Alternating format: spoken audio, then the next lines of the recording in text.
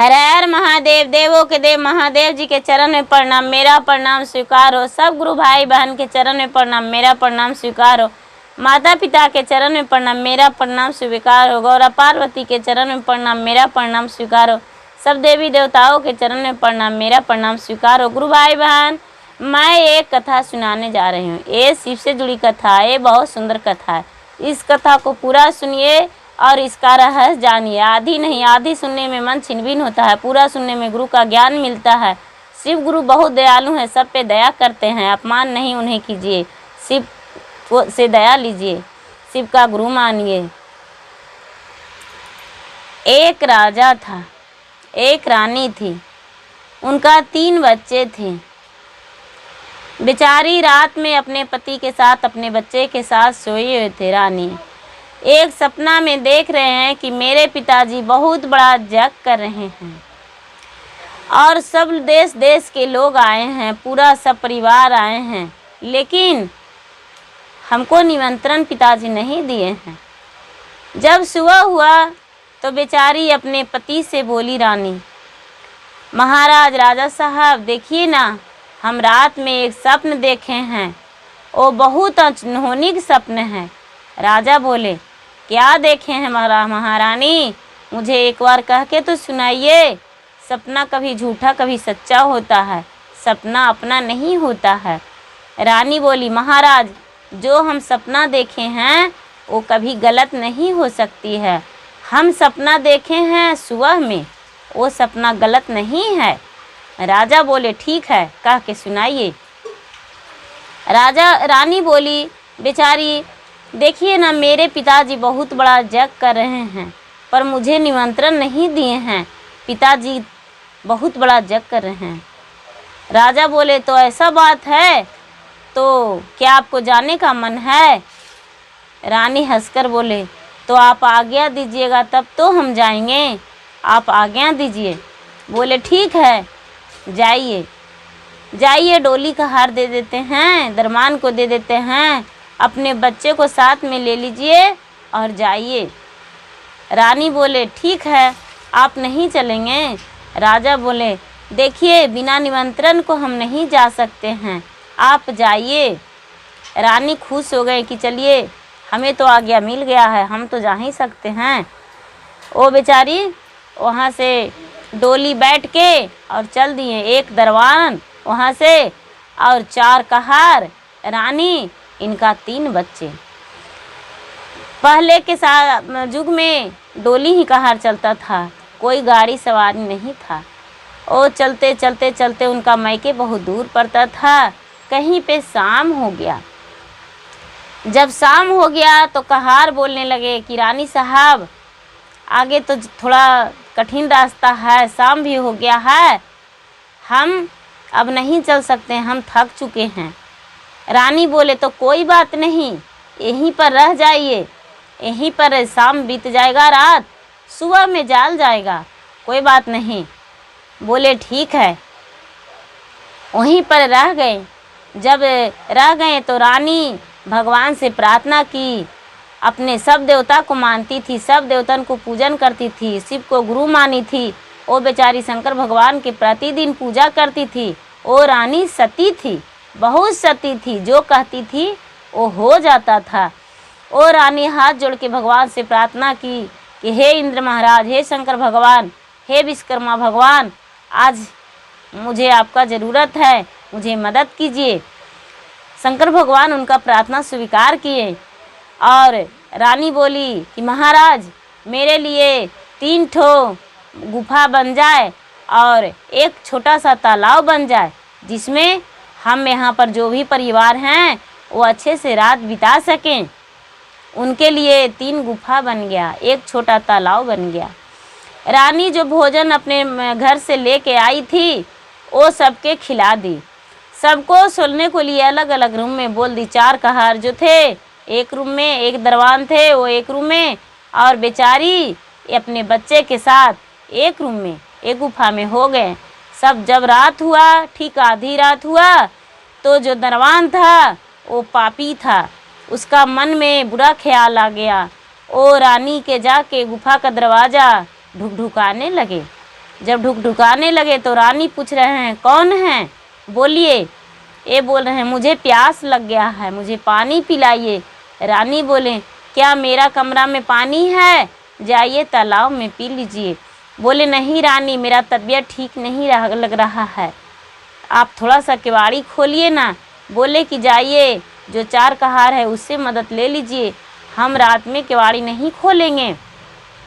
वो बेचारी किवाड़ी नहीं खोले, लेकिन फिर भी बहुत जुनून किया, इतना किया कि बस रे बस बहाने पर बहाने ये बोलने लगा कि मेरा जान नहीं बचेगा रानी साहब, किवाड़ी खोल दीजिए।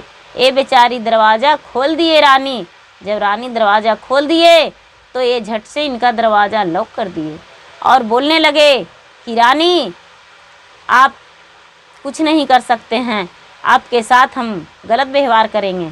ये रानी बोली आप चाहे जो कीजिए, मैं आपके साथ ऐसा कर्म नहीं कर सकती हूँ। नहीं, ऐसा नहीं हो सकता है कि जो आपके साथ हम संपर्क में रहें। बोले नहीं, अगर जो तुम मेरे साथ नहीं तैयार होएगी तो हम आपको बच्चे को मार डालेंगे। रानी बोली ठीक है तो मार डालिए, आपका यही में खुशी है तो मेरा बच्चा को मार डालिए।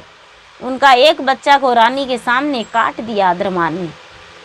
रानी बेचारी क्या करे, अंदर आत्मा से फट के रोने लगी। लेकिन फिर दरमान बोला अब बोलो रानी, तुम्हारा एक बच्चा के काट दिए, क्या तुम तैयार हो मेरे साथ रहने को लिए? रानी बोली नहीं, चाहे जो करो हम नहीं तैयार होवेंगे। बोला दरबान दूसरा बच्चा को भी काट देंगे। रानी बोली तो ठीक है काट दीजिए। दूसरा बच्चा को भी काट दिया। फिर भी रानी उसका बात पर तैयार नहीं हुई। फिर तीसरा बच्चा के बोला इसे भी काट देंगे, इसे भी काट दिया। अब बोला कि रानी अब बोलो, अब तुम अकेले क्या कर सकती हो, तुम्हारे साथ तो हम ज़बरदस्ती कर देंगे, चाहे तू जो करो, राजा मुझे मार क्यों न दे, लेकिन हम तुम्हारे साथ जो करना होगा वो करके रहेंगे। रानी बोली देखिए आप मेरे बच्चे को हत्या किए हैं, आपका शरीर में पूरा खून लगा हुआ है, जाइए तालाब में पहले इसे धो लीजिए और उसके बाद मेरे साथ जो भी करना होगा आ जाइएगा। हम आपके साथ राजी हैं, आपका बात से हम सहमत हैं। अब तो मेरा डिस्टर्ब करने वाला भी कोई नहीं है। पहले तो मेरा बच्चा देख लेता, हल्ला कर देता, लेकिन अब तो कोई नहीं है, जाइए। ये जो था दरमान वो गया तालाब में धोने। जब तक रानी गुफा से निकल गई और भगवान से बोली भगवान मेरा मदद कीजिए, हम पापी से दूर जा रहे हैं, मेरा इज्जत ख्याल लाज रखिए। भगवान इसका ध्यान इस पर ध्यान दिए और ध्यान देके और बोले तो ठीक है बेटी तू निकल जाओ। भगवान यहाँ से बेचारी लड़की निकल गई। गुफा सब खत्म हो गया, तालाब तो खत्म हो गया, इसका खून लथपथ शरीर में वैसा ही रह गया। ये तो कुछ नहीं कर पाया, धो भी नहीं सका। तालाब ही नहीं तो धोएगा कैसे, गुफा ही नहीं तो रहेगा कैसे।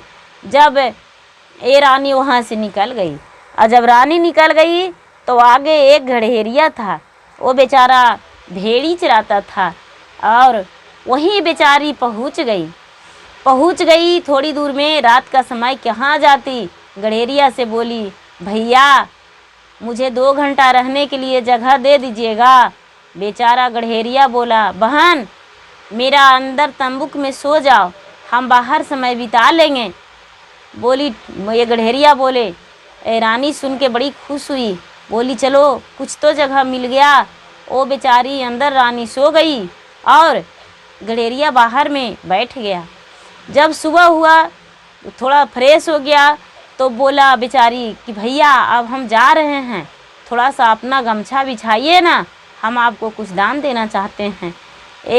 गमछा बिछाया तो थोड़ा सा गहना अपना रानी निकाल के उसको दे दिया और बोला लीजिए भैया आप गरीब हैं, आपका बहू बेटी पत्नी का काम देगा, लीजिए इसे बेच के कुछ कीजिएगा।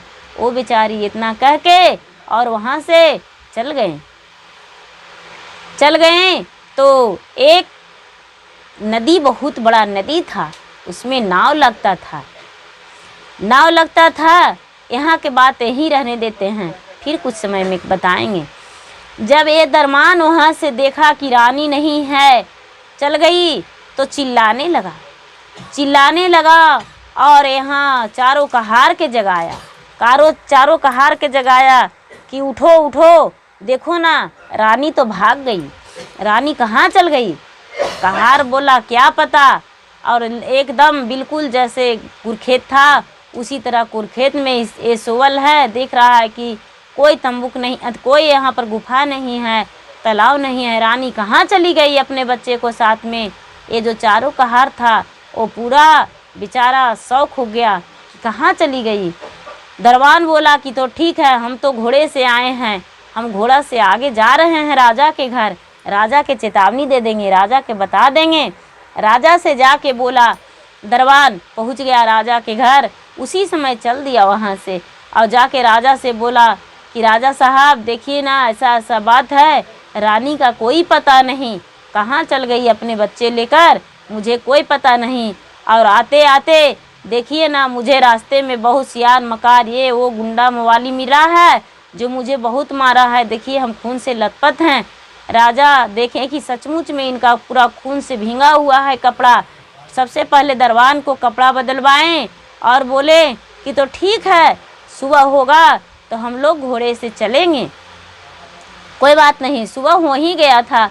वहाँ से राजा और दरबान फिर से वापस अपना ससुराल जाने के लिए तैयार हो गए और वहाँ जाने लगे।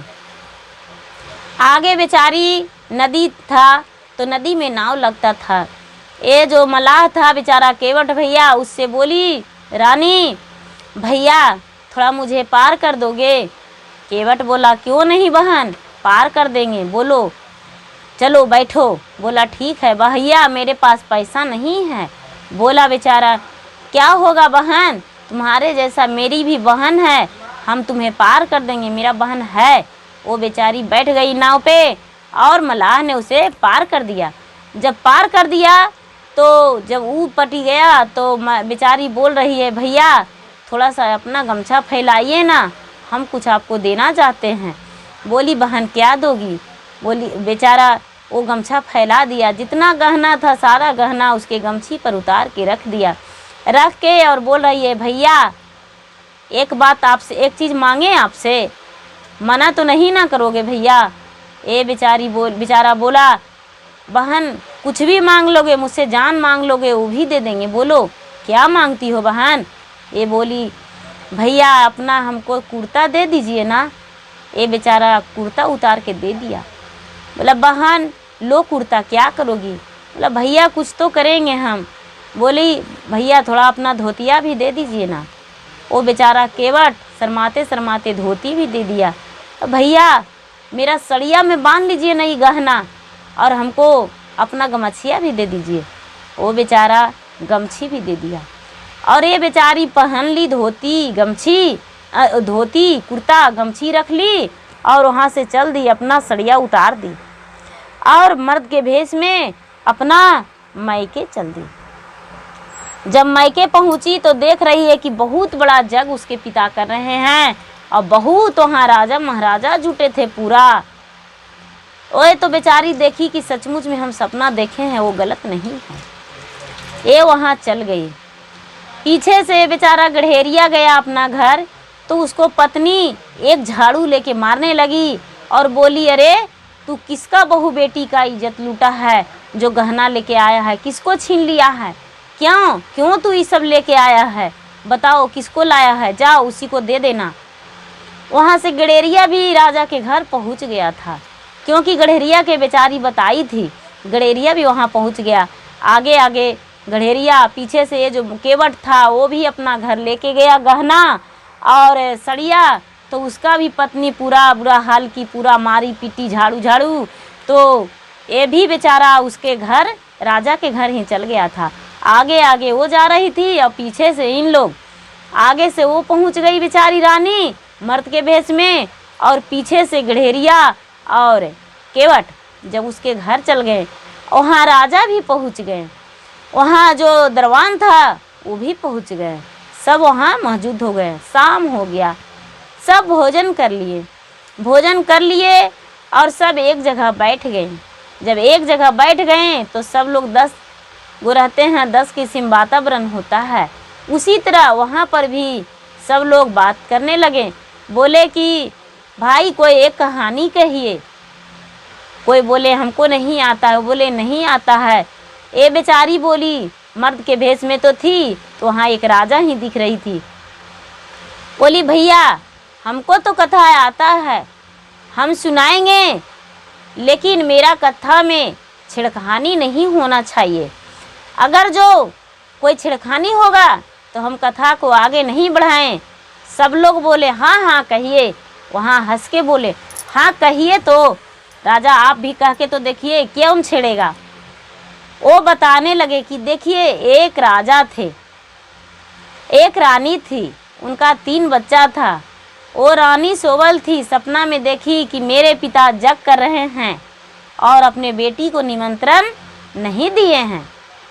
जो उसको पिता थे वो वहाँ पर खड़ी होके बोले आप ही देखने गए थे कि जो राजा जग कर रहा था और निमंत्रण नहीं दिया, आप कैसा बात कर रहे हैं। इतना ही में जो रानी थी वो राजा के तो रूप में है ये थी। वो बोली देखिए भैया मेरा यहाँ पर छेड़खानी हो गया, अब हम नहीं कहेंगे। सब लोग बोलने लगे राजा आप चुप हो जाइए, एक कहानी कह रहे हैं, सुनने दीजिए।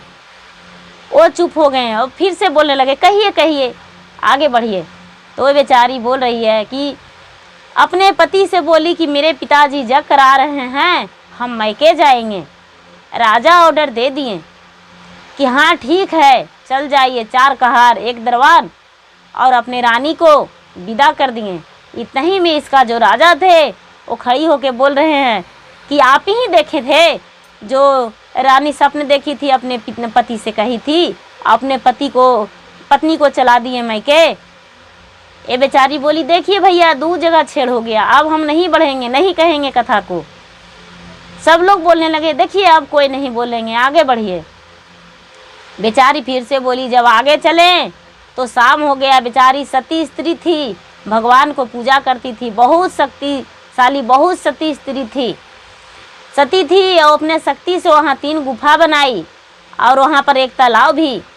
और जो दरबान था आधी रात में उसका मन में पाप हो गया, वो रानी के पास गई। रानी उसका बात को स्वीकार नहीं किया तो उसकी 3 बच्चे को दरबान काट दिया। और उसके बाद वहाँ से रानी निकल दी, उसके साथ गलत करने को तैयार नहीं हुई रानी। इतना ही में दरबान चिल्लाने लगा आप ही देखे थे जो दरबान काट दिया उसका बच्चा को। ये कौन कथा है, कौन कहानी है। ये बेचारी बोली अब नहीं कहेंगे भैया, यहाँ पे 3 छेड़ हो गया। सब लोग बोलने लगे नहीं नहीं नहीं कथा को आगे बढ़ाइए, अब कोई नहीं छेड़ेगा। बोले कि नहीं छेड़ हो जाएगा, हम नहीं कहेंगे। ये बेचारी क्या करे, फिर से कहने लगी कि जब वो जो बेचारी थी रानी वो आगे बढ़ गई। आगे ये बच्चा धरती माँ के बोली कि हे धरती माँ, जब तक वो अपना खून को धोने लगा ये 3 बच्चा को दरबान काट दिया। और ये बेचारी मजबूर हो गई, बोली कि ठीक है जाइए, अपना जो लथपथ शरीर है खून से भींगा हुआ वो खून को धो लीजिए तालाब में, तो आपके साथ हम जो कहिएगा वो मंजूर करेंगे, मान लेंगे। तो ये जब तक दरबान धोने गया तब तक ये धरती माँ से बोली रानी हे धरती माँ, हम आपको कुछ देते हैं, आप मेरा स्वीकार कीजिए, आप फट जाइए, आप रख लीजिए, जो हम दे रहे हैं उसे एक दिन मांगेंगे, आप मुझे दे दीजिएगा। धरती फट गया और 3 बच्चा को थाती दे दिया। धरती ठीक उसी तरह जुट गया, जो 3 गुफा था वो खत्म हो गया, तालाब सूख गया। रानी वहाँ से चल गई और ये बेचारा खून भी नहीं धो सका। दरबान चिल्ला उला के चुप हो गया, सब लोग उसे चुप कर दिए। बेचारी आगे कहने लगी, वहाँ से चल दी रानी और एक गरहेरिया था वहाँ बेचारी रात बिता ली। गरहेरिया को गहना दिया और गरहेरिया घर गया तो उसे बेचारा उसका पत्नी मारने लगा, तो वो गरहेरिया भी वापस लौट गया रानी के साथ। उससे आगे तो बेचारा गरहेरिया बोल रहा है कि हम ही हैं, हम ही हैं। सब उनको बोल बोल के चुप कर दिए, बोलने नहीं दिए। वहाँ से रानी आगे बढ़ी तो एक केवट था, वो केवट भी उसे पार कर दिया और बदले में धोती और कुर्ता और गमछा वो रानी मांग ली और सारा गहना उतार के दे दिया, साड़ी भी उसी को दे दिया। वो बेचारा केवट घर गया तो बोल रहा है उसका पत्नी कि किसका बहू बेटी का इज्जत लूट लिया है, जो तू लेके आए हो जाओ उसी को दे दो। तो बेचारा केवट भी वहाँ से चल दिया रानी के पास, लेकिन रानी उसे नहीं मिली। इतना ही में बेचारा चिल्लाने लगा, केवट भी और गरहेरिया भी, कि भैया हम हैं, देखिए हम साड़ी लिए हुए हैं, हम इनका गहना लिए हुए हैं, ये रानी है, ये मर्द नहीं है। इतना ही में राजा जाके अपने बेटी को गले में लिपट गया कि अरे सारा कहानी तो मेरा है। उसका पति भी लिपट गया कि अरे तू मर्दों के भेष में। और जो दरवान था वो भागने लगा। जब दरवान भागने लगा तो केवट और सब लोग को ध्यान पड़ गया कि अरे ये तो दरवान भाग रहा है, इसे पकड़िए। जब दरवान को पकड़ के लाए तो रानी को अंदर ले गए और उन्हें रानी का वस्त्र मिल गया। वो बेचारी वस्त्र आभूषण पहनकर, और जहाँ पर वो बेचारी अपने बच्चे को दी थी धरती माता को स्थापना कि माँ आप मेरे थाती को रख लीजिए, वहाँ सब लोग गए, जितना आयल थे राजा के घर में वो सब गए। और जब गए तो ये बेचारी धरती माँ से हाथ जोड़ के बोली कि हे धरती माँ, जो हम आपको दिए हैं मुझे दे दीजिए। ये धरती फट गया और तीनों बच्चा को बेचारी निकाल के, और कानी अंगुली में अमृत था रानी का, ये तीनों बच्चा को चीर के और मुंह में दे दी। तीनों बच्चा जी गया, खड़ी हो गया। माँ उसके गले में लपट गई और बच्चा चिल्लाने लगा कि माँ तू कहाँ थी, हमको सोने को लिए छोड़ दी थी। माँ बोली बेटा कच्चा नींद तुम्हारा दुश्मन सोएगा, तू नहीं सोएगा बेटा, और तीनों के गले लगा ली। वहाँ पर सब मिलके उस दरवान को उसी गड्ढा में, वहाँ गड्ढा खोद के और भर दिए काट के कि लो तू गलत किया है, तुम्हारा गलत का परिणाम मिलना चाहिए। उसे दरवान के काट के भर दिए और धरती को बोले कि लो धरती, तुमसे हम 3 लिए हैं, एक तू रख लो। जो गलत किया था उसका गलत का माफ़ी नहीं मिलेगा, क्योंकि बहुत गलत किया था। और वहाँ से सारा परिवार राजा के घर ही पहले लौटे। जब राजा के घर लौटे तो बहुत इज्जत से इन लोगों का घर में स्वीकार हुआ और खुशी खुशी सब परिवार जो जहाँ थे वहाँ चल गए। गढ़ेरिया का भी बहुत इज्जत मिला, बेचारा मलाह का भी बहुत इज्जत मिला राजा के घर में। वस्त्र आभूषण देकर राजा विदा किए, क्योंकि इनका बेटी का इन लोग बहुत ख्याल किए थे। इज्जत प्रतिष्ठा के साथ बेचारा गढ़ेरिया रात में रखा था अपना बहन मान के। इसलिए दूसरे को बहन अपना ही बहन समझना चाहिए, दूसरे को माँ समझना चाहिए, दूसरे को पत्नी समझना चाहिए, पति को भगवान का दर्जा देना चाहिए, पति को अपमान नहीं करना चाहिए। पति को ऐसा व्यवहार कीजिए कि जिसमें पति को भी लगे कि नहीं ये मेरा जीवन संगनी बहुत अच्छी है। पति 2 बात कहें तो पत्नी को ये नहीं चाहिए कि हम अपने पति को उन्हें उलट के 2 बात नहीं हम 4 कह दे, नहीं, उस बात को सहन शक्ति बनाना चाहिए। नारी जो होती है उसमें सहनशीलता होता है, सहन शक्ति होता है। जो नारी सहती है वही जीवन सही से बिताती है। हर हर महादेव। मेरा वीडियो अच्छा लगे तो इसे लाइक कीजिए, शेयर कीजिए, सब्सक्राइब कीजिए। धन्यवाद।